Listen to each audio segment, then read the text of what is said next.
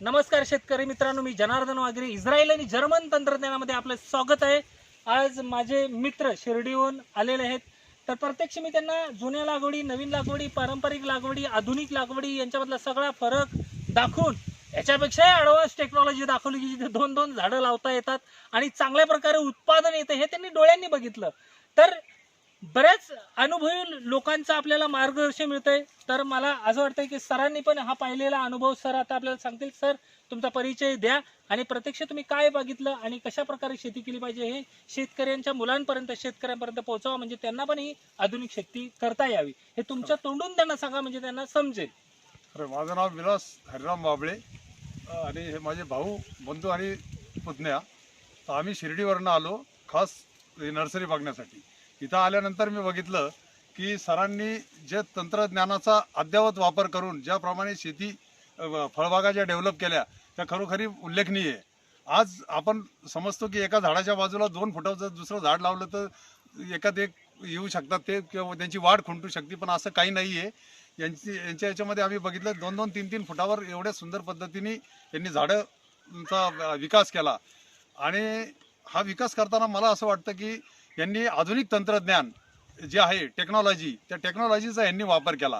म्हणजे trial and error बेसिसवर ज्याप्रमाणे R&D भारत सरकारतर्फे काही प्रयत्न केले जातात. आता 1945 मध्ये आपल्याकडे जे टँक होते, आज त्या टँकचा वापर करून जर आपण युद्ध जिंकायला गेलो तर आपण युद्ध जिंकू शकत नाही. पण त्या टँकमध्ये नवीन नवीन प्रकारचे बदल घडवत म्हणजे त्याची हॉर्स पॉवर वाढवली किंवा त्याचा स्पीड वाढवला किंवा त्याच्यावर काही मशीन गन वगैरे लावण्यात आल्या. हे वेगवेगळ्या प्रकारचे जे R&D रिसर्च ज्याला म्हणतो आपण, संशोधन करून जे अद्ययावत त्याला बनवला, त्यामुळे आज आपण कुठल्याही देशाबरोबर युद्ध करू शकतो. तर हीच गोष्ट शेतीच्या बाबतीत सुद्धा सरांनी केली आणि त्याचा प्रत्यक्ष अनुभव आम्ही घेतलेला आहे. मला खरोखरी म्हणजे खूप आनंद वाटला हे बघून. आणि हेच प्रत्येक माणसाने जर एक इच्छाशक्ती ठेवून जर अशा प्रकारचे नवीन नवीन प्रयोग करत गेले तर त्यातनं चांगल्या प्रकारे, उत्तम प्रकारे शेती होऊ शकेल आणि जी उपजीविकेचं जे साधन आहे ते एक चांगल्या प्रकारे उपलब्ध होऊ शकेल. Thank you sir. सर म्हणजे काही जादूगार नाहीये. जादू किंवा आजकाल आपण हे जे काही बघतो, कारण हे कॉम्प्युटर युग आहे. आज आपण छोट्या एवढ्या याच्यामध्ये 500 गाणी ऐकतो. याच्यापूर्वी आपण कॅसेट ऐकायचं, इकडून उलटी करा तिकडून पलटी करा, ती फुटायची तुटायची, अनेक गोष्ट ते अडकायचं. आणि आज नवीन टेक्निकल आलं.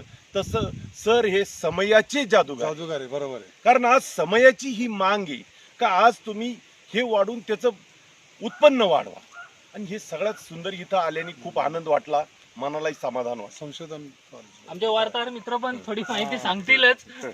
सर, तुम्हाला कसं वाटलं? खूप इथं अतिशय सुंदर. आतापर्यंत सरांच्या खूप व्हिडिओ मी बघितल्या आणि काय नेमकं शेती कशी करावी खरंच शिकण्यासारखं आहे. आंबा फक्त आपण घरी खात असतो, पण आंब्यात किती प्रकार असतात. 22-24 प्रकारचे आंबे असतात. इथं आल्यानंतर आम्हाला बघायला मिळालं 3 फुटावर कसा आंबा यायतो, एकाच ठिकाणून 1 फुटाचं अंतर ठेवून कसे 2 आंबे उगवत येतात. खरं अतिशय सुंदर. आणि आजकालच्या तरुण मुलांना अतिशय छान हा संदेश आहे की शेतकऱ्यांची मुलांना एखाद्या ठिकाणी नोकरी करण्यापेक्षा आपली शेती फुलवावी. अतिशय चांगल्या नवीन इस्रायल टेक्नॉलॉजीची पद्धत सर जी आपल्याला देत आहेत अतिशय सुंदर आहे. प्रत्येकाने या ठिकाणी यावं, अनुभव घ्यावा आणि मग आपण नवीन टेक्नॉलॉजीने शेतीत उतरावं, हाच एक संदेश असेल. Thank you sir. तर मित्रांनो, लोक म्हणायचे की कोरोनाची परिस्थिती आहे, आंबा कसा विकायचा, आंबा मार्केट पर्यंत कसा न्यायचा, की आपल्यावर हवी होऊन द्यायचं नाही परिस्थितीला. आपण परिस्थितीवर हवी व्हायचं. तर लोकांना मी इथं स्वतःच्या शेतावर मार्केटिंग करून दाखवलं. आज एका दिवसात 1 टन माल सकाळपासून आतापर्यंत गेलेला आहे. तो पण आपण चांगल्या दरात 80 रुपये किलोने विकून दाखवला. आजही मार्केटिंग शेतावरून चालू आहे. म्हणजे अशक्य पिशक्य काही नाही. तुमचा विचार आहे ना, तो चांगला बनवा आणि त्याला मोठं करा. ज्या दिवशी तुम्ही ह्या विचाराला मोठं केलं ना, तेव्हा तुम्ही जगावर राज्य कराल. ह्याच माझा संदेश प्रत्येक शेतकऱ्यापर्यंत जर पोहोचवायचा असेल, प्रत्येकाला अशा प्रकारची शेती करायची असेल, तुम्ही शेतकरी असाल नसाल, तुम्ही ॲग्रिकल्चरमध्ये असाल किंवा इंजिनियर असाल किंवा नसाल, डॉक्टर असाल, कुठलाही व्यापारी असाल, तुमच्याकडे शेती आहे ती पडून देऊ नका. प्रत्येकाने शेती करा, चांगल्या प्रकारे मार्केटिंग करा. तुम्हाला यश हे 100% तुमच्या हातात आहे. तर थँक्यू. हे अशाच प्रकारे माहिती जर शेअर करायची असेल तर माझा चॅनल सबस्क्राईब करा. प्रत्येकापर्यंत ही माहिती शेअर करा. थँक्यू. जय बळीराजा, जय महाराष्ट्र.